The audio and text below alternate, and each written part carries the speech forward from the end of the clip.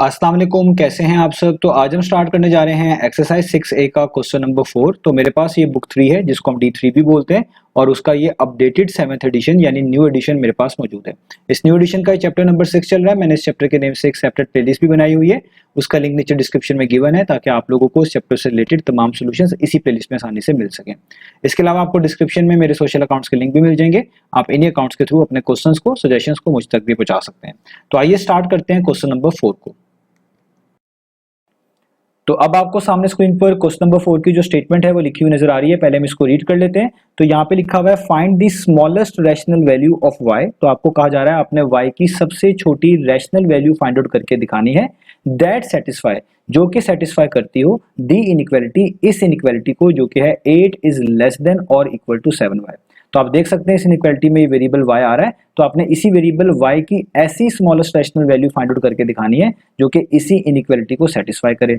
अब जब हम कहते हैं कि कोई वैल्यू किसी इनइक्वालिटी को सेटिस्फाई करनी चाहिए, इसका मतलब क्या होता है? तो यहाँ पर इसका मतलब ये बनेगा कि आपने जो y की वैल्यू निकालनी है वो जब आप इस इनइक्वालिटी में सब्स्टिट्यूट करवाएंगे, इस इनइक्वालिटी में आप y की वैल्यू पुट करेंगे तो ये स्टेटमेंट ट्रू रहनी चाहिए, ये इनइक्वालिटी ट्रू रहनी चाहिए। इसका जो रिजल्ट है वो इस इनइक्वालिटी के मुताबिक ट्रू होना चाहिए, तभी हम कहेंगे कि हमारी जो y की वैल्यू है बिल्कुल ठीक है, क्योंकि वो हमारी इस इनइक्वालिटी को सेटिस्फाई करती है। ये इसको एक ट्रू स्टेटमेंट के तौर पे जो है मदद करती है पहचानने में।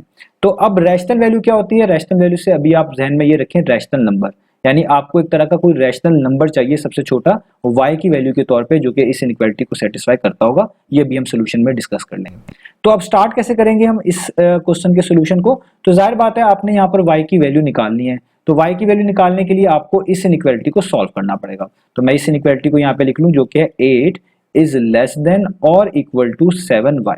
अब आपको पता है हमने किसी भी इनइक्वालिटी को सॉल्व करना हो तो उसमें जो वेरिएबल अननोन होता है उसकी वैल्यू को फाइंड आउट करना होता है, और उसको फाइंड आउट करने के लिए उस वेरिएबल को हम बिल्कुल अलग करते हैं, बिल्कुल एक तरह का आइसोलेट कर देते हैं बाकी तमाम चीजों से। तो आप देखिए इस वेरिएबल y के साथ कोफिशिएंट के तौर पे जस्ट 7 ही लिखा हुआ है जो कि इस y के साथ मल्टीप्लाई हो रहा है। तो इसकी y की वैल्यू को फाइंड आउट करने के लिए हमें यहाँ पर से 7 हटाना पड़ेगा। और आपको पता है जो भी कोफिशिएंट्स होते हैं जो इस तरह वेरिएबल के साथ मल्टीप्लाई हो रहे होते हैं, उनको हटाने का तरीका ये होता है कि आप उसी सेम कोफिशिएंट से या उसी सेम कांस्टेंट से दोनों तरफ इनइक्वालिटी के डिवाइड कर दें। इस तरीके से 7 यहाँ पे रिमूव हो जाएगा। तो हम भी ये करेंगे, यहाँ पे इस y के साथ 7 मल्टीप्लाई हो रहा है, इसको हमने हटाना है यहाँ से, तो हम दोनों तरफ ही 7 से क्या कर देंगे डिवाइड। तो देखिए मैंने 8 को भी 7 से डिवाइड कर दिया, लेस देन और इक्वल टू का सिंबल वैसे ही, और यहाँ पे जो ये 7y लिखा हुआ है इसको भी 7 से डिवाइड कर दिया। अब इससे फायदा क्या होगा? ये तो हो जाएगा 8/7, यहाँ पे ये लेस देन और इक्वल टू वैसे ही 7 से कैंसिल आउट हो गया और यहाँ पे जस्ट बच गया y।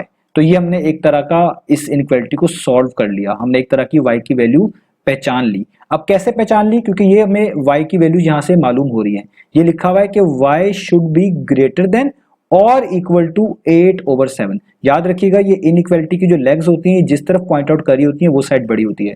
तो आप कहेंगे कि जो y है वो क्या होना चाहिए, या तो वो 8/7 हो या फिर इससे क्या हो, ग्रेटर हो। तो इसलिए हम इसको पढ़ते हैं y इज ग्रेटर देन और इक्वल टू 8/7। अब आप इसी चीज को ऐसे भी लिख सकते हैं, इसमें कंफ्यूज ना होइएगा कि अगर मैं y को इधर लेफ्ट साइड पे लिख लूं तो इस इनइक्वालिटी को देखें कि इस इनइक्वालिटी की जो लेग्स हैं वो y की तरफ है, तो मैं इस बार भी इनइक्वालिटी की जो लेग्स हैं वो y की तरफ रख रहा हूं और नीचे लाइन तो वैसे ही आनी है, और आगे 8/7 लिख रहा हूं ताकि आपको और भी बेहतर समझ आ सके। तो ये दोनों की मीनिंग सेम है, दोनों का मतलब सेम है। इसको भी यही पढ़ेंगे y इज ग्रेटर देन और इक्वल टू 8/7, और इसको भी यही पढ़ेंगे y इज ग्रेटर देन और इक्वल टू 8/7।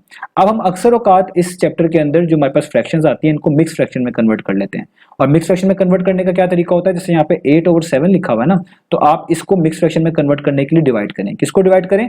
8 को डिवाइड करें किस पे? 7 पे, इस तरीके से। तो 7 1 टाइम्स कितना होता है? 7। 8 - 7 कितना होता है? 1। तो ये जो आपके पास यहाँ तक आपने डिवीजन करनी होती है, इसी से आपको मिक्स फॉर्म पता चल जाती है। हमें कैसा पता चलेगा हमने कहाँ पे स्टॉप करना है? कि यहाँ पर आप देख लीजिएगा कि 8 के आगे कोई डिजिट तो नहीं है जिसको अभी भी नीचे उतारा जा सकता हो। तो देखिए 8 के आगे कोई डिजिट नहीं है, इसका मतलब आपने यहीं पर स्टॉप कर देना, यहीं से आपकी मिक्स फ्रैक्शन आपको पता चल जाएगी। कैसे पता चलेगी? आप लिखेंगे कि y को आप लिख सकते हैं कि y should be greater than और इक्वल टू, जो आपका फ्रैक्शन लिखी होती है उसका डिनोमिनेटर वैसे लिखा जाता है, यानी 7 वैसे लिखा जाएगा। बाकी चीजें आप इस डिवीजन से देख के लिख लें कि जो क्वोशंट होगा वो होल पार्ट के तौर पे आएगा। होल पार्ट का मतलब है उधर 1 लिखा हुआ क्वोशंट के तौर पे इधर, तो हम यहाँ पर 1 लिखेंगे। और ये जो रिमाइंडर होता है ये यहाँ पर इसका आप कह लें इस फ्रैक्शन का न्यूमरेटर लिखा जाता है, यानी इसके ऊपर लिखा जाता है। तो 7 के ऊपर ये रिमाइंडर 1 आएगा। तो ये सारे आंसर्स बिल्कुल ठीक हैं, आप चाहे ऐसे लिख लें, चाहे ऐसे लिख लें, चाहे ऐसे लिख लें, ये सब के सब आंसर्स ठीक हैं। तो हमने y की वैल्यू पहचान ली कि y की वो वाली वैल्यूज जो हैं हमारी इस इनइक्वालिटी को सेटिस्फाई करेंगी, जो या तो 8/7 हो, या आप कह सकते हैं 1 होल 1/7 हो, या इससे बड़ी हो। अब आपको तो सबसे छोटी रैशनल वैल्यू चाहिए ना। अब रैशनल वैल्यू से क्या मुराद है, ये यहां पर इंपॉर्टेंट चीज है। तो रैशनल वैल्यू से मुराद है रैशनल नंबर, एक ऐसा नंबर जो कि रैशनल हो, उसी तरह की वैल्यू को हम रैशनल वैल्यू बोल रहे होंगे। अब रैशनल नंबर किसको बोलते हैं, ऐसे नंबर को जो p/q की फॉर्म में लिखा जाता है। ये p भी कोई ना कोई इंटीजर होना चाहिए, इंटीजर को हम z से रिप्रेजेंट करते हैं। q भी कोई ना कोई इंटीजर होना चाहिए जीरो के अलावा, यानी q जीरो नहीं होना चाहिए, जीरो के अलावा कोई भी इंटीजर हो। तो जब भी कोई ऊपर इंटीजर लिखा हो, नीचे इंटीजर लिखा हो, उन दोनों को अगर आप इस तरह रेशियो फॉर्म में देखते हैं लिखे हुए, तो आप उसको रैशनल वैल्यू या रैशनल नंबर ही तस्वुर करेंगे, मानेंगे।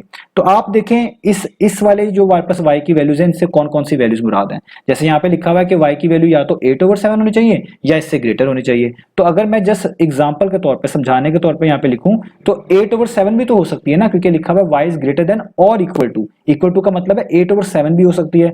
तो 8/7 तो होगी। अब मिसाल दे रहा हूं जस्ट समझाने के लिए, अगली एक वैल्यू लें तो 9/7 भी हो सकती है, 10/7 भी हो सकती है। ये सारी की सारी जो वैल्यूज हैं इस 8/7 से ग्रेटर ही है ना। और ऊपर इनइक्वालिटी भी यही बता रही है कि वो वैल्यूज हमारी y की सही हैं, वो वाली वैल्यूज y की हमारी सोल्यूशन है, जो कि 8/7 हो या इससे बड़ी हो। अब आप इनको कैलकुलेटर में करके भी देख सकते हैं कि 8/7 1.1 समथिंग आएगा। मैं आपको यहाँ पर करके भी दिखाता हूँ। 8/7 करें तो देखिए कितना आ रहा है, ये आ रहा है आपके पास 1.14। जस्ट मैं समझाने के लिए लिख रहा हूँ 1.14। आप 9/7 करें तो देखिए वो इससे बढ़ जाएगा, 9/7 वो क्या हो जाएगा, वो हो जाएगा 1.28। तो देखिए ये हो गया 1.28। इस तरह अगले वाले को करेंगे वो इससे भी बढ़ जाएगा।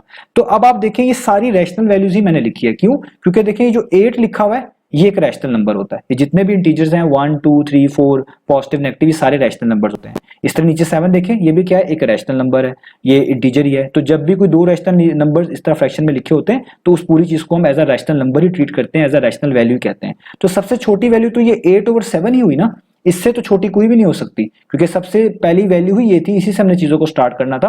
आपको यही कहा गया था कि y या तो 8/7 हो, या आप कह सकते हैं 1 होल 1/7 हो, या इससे बड़ा हो। तो सबसे छोटी वैल्यू तो 8/7 खुद ही बनती है। तो आपको आंसर मिल गया। तो आप यहां पे लिखेंगे कि दी स्मॉलेस्ट